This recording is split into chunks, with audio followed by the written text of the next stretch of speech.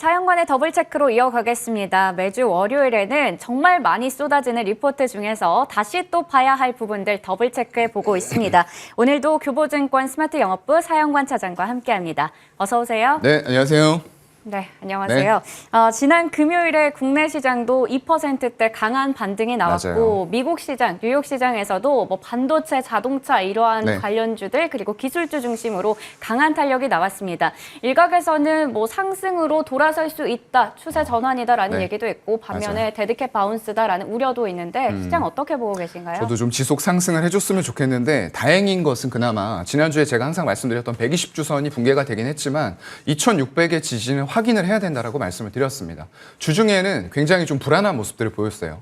이게 2600이 깨지면서 정말로 큰 폭으로 더 밑으로 하방을 열어놓을 수도 있는 그런 상황들이 연출이 됐었는데 결국에는 금요일에 정말로 좀 의미 있는 매수들이 들어왔어요. 외국인들의 선물 매수라던가 이런 부분들이 들어오면서 2600을 회복하는 강한 파동이 좀 나왔단 말이죠. 그러면서 미국 시장도 같이 또 상승하는 모습들을 보여줬기 때문에 일단 그런 흐름들이 연속적으로 계속해서 나타날 수 있다라고는 아직은 말씀을 못 드릴 것 같아요. 하지만 일단 의미 있게 반등을 해줬기 때문에 이번 주에 추가적인 반등으로 만약 120주선 부근까지도 상승하는 모습들을 보여준다라고 하면은 어느 정도 시장은 인플레이션에 증가는 계속되고 있습니다. 하지만 그 증가율 자체가 둔화되는 모습들이 나타나면서 만약에 다음 달에도 어떤 소비자 물가지수라던가 생산자 물가지수가 조금 더 둔화되는 모습들, 상승률 자체가 둔화되는 모습들이 나온다라고 했을 때에는 시장이 어느 정도는 바닥 인식을 하지 않을까라고 좀 기대를 해볼 수도 있을 것 같습니다. 네, 지금 시장에 뭐 반등이 나오긴 했지만 의미 있는 반등인 건 확실합니다. 하지만 이 부분이 지속이 될 수 있을지 여부는 좀 더 관련한 이슈들 나오는 거 보면서 체크해 볼 필요가 있을 것 같습니다. 자, 그러면 이번 한 주 어떤 리포트로 시작해 볼지 확인해 보겠습니다. 첫 번째 리포트, 한국전력인데요. 모든 것을 압도한 전력 조달 비용의 증가라고 하는데 사실 실적은 상당히 또 적자를 기록했기 때문에 맞아요. 우리 사연관 차장님의 의견은 어떨지 좀 궁금합니다. 네, 일단은 리포트에서도 조금 부정적인 의견들이 많았는데 저도 그 부분에 동감을 할 수밖에 없을 네. 것 같아요. 이게 최근에 이제 윤 대통령께서 지금 110개 국정 과제를 설정을 하셨는데 거기에서 지금 예전 정부에서 해오던 원전 정책의 폐기 이 부분을 완전히 뒤집었단 말이죠. 그러면서 원전에 힘을 실어주는 이런 모습들이 나왔는데 그렇다고 했을 때에는 이런 부분들이 지금 글쎄요 어떤 그 전기료를 또 정권 초기이다 보니까 전기 요금을 인상을 해야지만 이 한국전력의 실적, 재무제표가 좋아질 수가 있는 그런 상황이거든요. 그런데 과연 이게 쉬울까라는 생각을 할 수밖에 없을 것 같아요. 1년 차이다 보니까 이런 부분들로 지금 가뜩이나 하이 인플레이션이 정말 지속이 되고 있는 그런 상황이에요. 굉장히 소비자들의 실질적인 구매력이 감소가 되고 실질 임금이 감소가 되는 그런 어려운 시기란 말이죠. 이런 시기에 서민들의 마음을 달래지 않고 전기료를 급하게 인상을 해버린다? 이거는 글쎄요, 조금 생각하기가 어려운 부분이라고 생각이 되고요. 그래서 일단 1분기에도 실적이 굉장히 좋지 않게 나왔어요. 잠정 영업 손실이 7조 8천억이 나오면서 시장의 컨센서스도 크게 하회하는 어닝 쇼크가 나와버렸습니다. 전년 동기 대비해서는 적자 전환을 해버렸고요. 본격적으로 지금 에너지 가격들이 상승을 하는 이런 시기에 있어요. 가뜩이나 불안한 시기에다가 어떤 전쟁 같은 이슈들까지 같이 터지면서 복합적인 부분들이 에너지 비용을 다 올려놓고 있는 그런 상황들이거든요. 그러면서 전력 조달 비용이 점차적으로 증가하는 추세에 있습니다. 굉장히 한국전력에게는 좋지 않은 영업 환경이 펼쳐지고 있다라는 거죠. 그래서 글쎄요, 일단 이런 부분들이 1분기의 전력 조달 단가가 전년 동기 대비해서 거의 100%, 2배가 상승이 된 그런 상태예요. 그러면서 이로 인해서 상승된 비용이 8조 5천억 가까이 된다는 거죠. 엄청나게 조달 비용이 상승하면서 타격을 준 겁니다. 거기다가 발전 자회사 쪽을 보면은 석탄 발전의 연료 단가가 75% 상승했고요. LNG 같은 경우에는 더 심해요. 지금 발전 연료 단가가 145%가 상승했습니다. 이거는 이제 전쟁으로 인한 유럽 쪽의 LNG 수요 이런 쪽들로 좀 촉발이 됐다라고 보시면 될 것 같고요. 이제 그나마 조금 다행이다라고 볼 수 있는 부분들은 5월달 들어와서 전력 도매 단가가 30% 하락했어요. 근데 이거는 약간 좀 일시적인 계절적인 요인이 될 것 같아요. 이 한국가스공사 쪽에서 연중에 에너지 수요가 가장 낮은 5월 달입니다. 이 5월 달에 지금 수요 줄어드는 봄철이기 때문에 천연가스의 공급 단가를 일시적으로 낮췄어요. 그렇기 때문에 지금도 덥다 하시는 분들이 있거든요. 그렇게 되면은 5월, 6월, 7월 갈수록 점점 더 더워지는 날씨에 전력 수요가 급증을 할 수밖에 없는 이런 상황이 될 거죠. 또 그때 되면 아마 블랙아웃 얘기라던가 이런 얘기도 나올 거예요. 그렇게 된다라고 하면은 이게 일시적으로 잠깐 하락을 했지만 결국에는 도매 단가가 다시 상승하면서 영업 환경에 부담을 줄 수밖에 없다라고 생각이 되는 부분이고요. 또 IPP라고 하는데 민자 발전입니다. 이쪽의 전력 단가도 지금 S&P 전력 도매 가격이 상승이 되면서 같이 상승하면서 올라가고 있는 분위기예요. 그래서 전년 동기 대비해서 이것도 100% 이상 거의 110%에 달하는 단가 상승이 있었기 때문에 영업 환경의 우호적인 부분들이 5월 달에 잠깐 일시적으로 도매 단가가 30% 하락하면서 나타나는 것 같지만 이건 정말로 일시적일 것 같아요. 그렇기 때문에 향후에 어떤 지금 전기요금의 인상이 확정이 돼 있는 부분들은 4분기밖에 없거든요. 그때 조금 올리는 부분들인데 그 전까지 정말 쉽지 않을 것 같고요. 그것도 1년 차의 마지막 부분에 올리는 부분인데 이게 정말 현실화가 되는지 이런 부분들도 지켜봐야 될 것 같아요.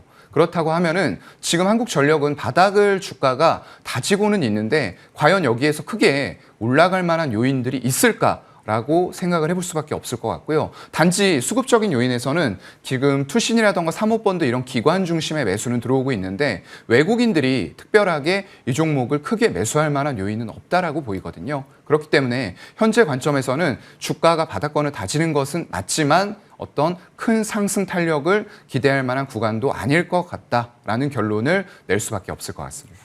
네, 한국전력의 실적이 개선이 되려면 아무래도 뭐 요금 인상이 돼야 될 텐데 이 부분은 한국전력에게는 좋겠지만 국민에게는 또 부담이 될 수밖에 없는 부분입니다. 지금 주가가 바닥권에 있지만 뚜렷한 상승 모멘텀이 없는 상황에서 우선은 한국전력 18,000원에서 19,000원 선 매수는 유효하다라고 얘기를 주셨고요. 동상이몽 의견을 제시하셨습니다. 자, 다음으로 그러면 이 업종 내에서 최선호주는 혹시 어떤 종목 꼽아주실 수 있을까요? 글쎄요. 여기에서는 지금 딱히 어떤 전력 쪽 관련해서는 없을 것 같아요. 근데 다만 이제 제가 한번 소개를 해드렸었던 한전 기술 같은 경우가 지금 원전 정책의 수혜를 받을 수 있다라고 보이고요. 제가 이제 신원전 건설에는 막대한 비용이 들어간다고 했어요. 지금 알려진 바로는 한 6조 정도가 한기 건설하는 데 들어가는데 이 외에도 환경적인 요인이나 이런 부분들까지 고려한다고 하면은 한기 건설하는 데 지금 8조에서 10조 원까지 얘기가 나오고 있어요. 그렇다고 하면 이제 그리드 패리티, 전력 생산 단가가 과연 신재생 에너지랑 어느 정도 시점에 맞춰질 거냐 이 부분을 고민을 하고 신규 원전 건설에 대해서는 봐야 된다고 말씀을 드렸고요. 그걸 제외한다고 하더라도 일단은 기존 원전의 수명 40년 정도에다가 미국 같은 경우에는 20년씩 두 번을 연장해서 80년까지도 사용을 하고 있거든요. 그런 부분 고려했을 때에는 원전의 어떤 유지, 보수 이런 관점까지 봤을 때는 한전 기술 같은 경우가 당장의 어떤 테마적인 움직임, 급등락을 보여주지는 않을 거예요. 굉장히 좀 안정적인 흐름이 될 텐데 이런 부분으로 좀 중장기적인 관점을 보신다고 하면은 한전 기술 같은 경우가 대안이 될 수가 있을 것 같습니다. 네, 대안주로는 원전주 중에서도 한전기술 꼽아주셨습니다. 흐름 어떻게 될지 중장기적으로 한번 지켜볼 필요가 있을 것 같고요. 두 번째로 저희 더블 체크해볼 리포트 확인해 보겠습니다. 자, 하이트진로인데요. 매출과 영업이익, 시장 기대치를 충족했습니다.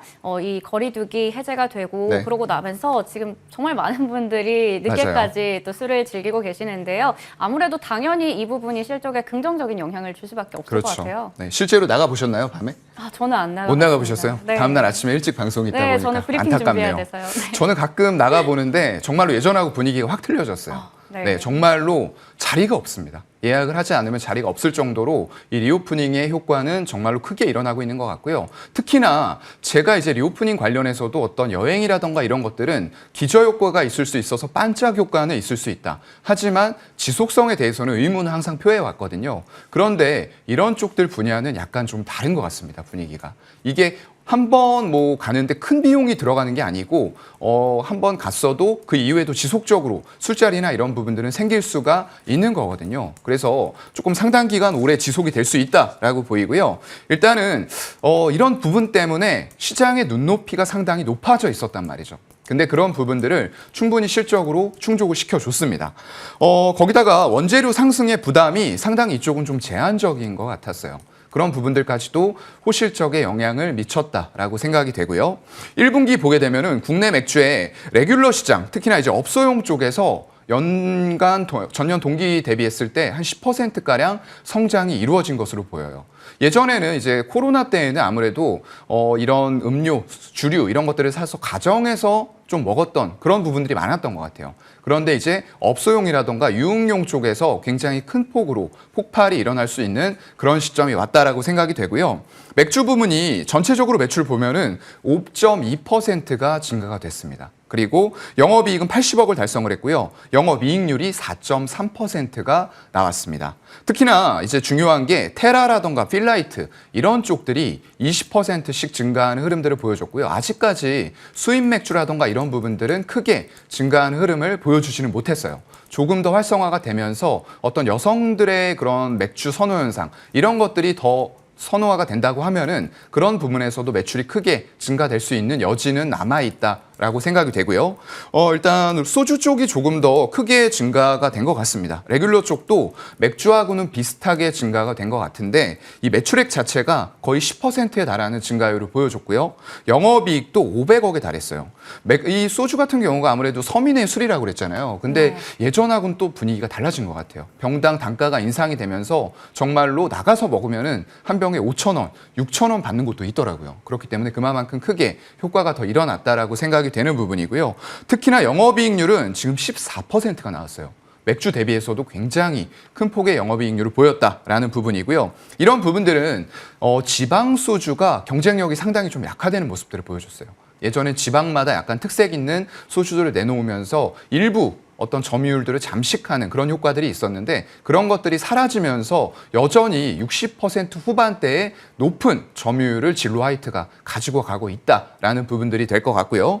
거기다가 일단은 광고 판촉비도 상당히 줄어들었습니다. 아무래도 이제 리오프닝 효과가 본격적으로 나타나는 시기가 지금부터가 되다 보니까 이런 업체 입장에서도 뚜렷하게 어떤 수요 요인이 없는 상태에서 마케팅을 적극적으로 할 필요가 없었다는 거죠. 그러면서 한 320억 정도가 광고 판촉비로 사용이 됐는데 전년 동기 대비해서 100억이나 줄어들었어요. 그만큼 비용이 효율적으로 관리가 되면서 영업이익단에도 도움을 주었다. 라고 보시면 될 것 같습니다.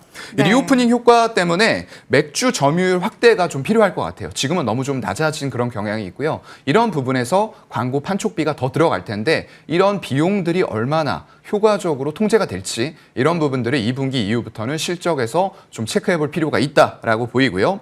일단 가격 인상이 됐습니다. 거기다가 리오프닝 효과가 나오면서 5월 달부터는 마스크 실외 착용이 이제 해제된 부분이기 때문에 여기에서 얼마나 더 많은 인구들이 밖으로 쏟아져 나올지 이런 부분들 같이 좀 체크하시면서 본다고 하면은 일단은 하이트 진로가 지금 주가가 크게 움직이지 못했어요. 그런 부분에 있어서 약간의 4월 달 대기 수요 이런 부분들이 선반영된 부분을 고려한다고 하더라도 향후에 이제 여름이 되면서 점점 더 크게 늘어날 어떤 맥주 수요 이런 부분들 고려한다고 하면은 충분히 상승의 여지는 있다라고 생각을 하고 있습니다. 네, 하이트 진로 그렇다면 가격 전략 어떻게 세워보면 좋을까요? 네, 일단 매수는 현재가 한 34,000원에서 현재가 정도부터까지 매수하면 좋을 것 같고요. 네. 34,000원은 지금 121선 부근이기 때문에 제가 지지선 개념으로 매수가를 드렸던 거고요. 목표가는 조금 크게 잡아봐도 될 것 같습니다. 일단 회복되어가는 리오프닝 시기가 본격화되는 시점이기 때문에 정고점 부근 45,000원까지 목표가 잡아보도록 하겠습니다. 네, 하이트 진로 목표가 45,000원 체크해 보시면 좋을 것 같고요. 그렇다면 오늘 사용관 차장님의 더블 체크 유망주도 알아보겠습니다. SL 가지고 오셨습니다. 네. 일단은 자동차 섹터가 최근에 굉장히 좋잖아요. 네. 특히나 완성차 쪽이 실적이 잘 나오고 있어요. 이런 부분들 기아 쪽에서 지금 1분기 실적 컨퍼런스 콜 한 걸 보니까 지금 4월 중순부터는 반도체 수급에 대해서 조금씩 풀리고 있다. 그리고 5월이 되면은 완전하게 괜찮은 생산량을 가져갈 정도로 반도체 수급이 괜찮아질 것이다라고 얘기를 했어요. 그렇다고 하면은 결국에는 지금 가장 문제가 됐던 게 반도체 수급 이슈였어요. 생산을 할 수 있는 라인이 있고 캐파가 있어도 반도체 조달이 안 되다 보니까 생산을 못했고 결국엔 이게 실적 악화로 이어졌던 부분이거든요. 그런데 이런 생산이 원활해진다라고 하면은 지금 수출 부분에 있어서도 굉장히 환율 효과를 크게 가져가는 부분이에요. 사실 1분기에도 실적들이 잘 나온 거는 환율이 상당 부분을 기인을 한 것이 분명합니다. 그래서 앞으로 지금 환율이 점점 더 올라가는 추세란 말이죠. 왜냐하면 달러가 강세 현상으로 가고 있는 상태고 어떤 금리 인상과 더불어서 양적 긴축 이런 것들이 같이 진행이 될 거기 때문에 이렇게 된다고 하면은 환율은 조금 더 올라가면서 정말로 1,300원 까지도 얘기가 나오고 있는 그런 상황들이에요. 그렇다고 하면 1분기 대비해서도 환율의 효과는 점점 더 크게 나타나는데 거기다가 뭐가 더해진다? 생산량도 회복이 된다라는 거죠. 그러면서 또 하나 중요한 것은 일단은 전기차 쪽, 친환경차의 비중이 점점 더 높아지고 있다는 거예요. 그래서 형만한 아우 없다고 하지만 형만한 아우가 나타나고 있는 거죠.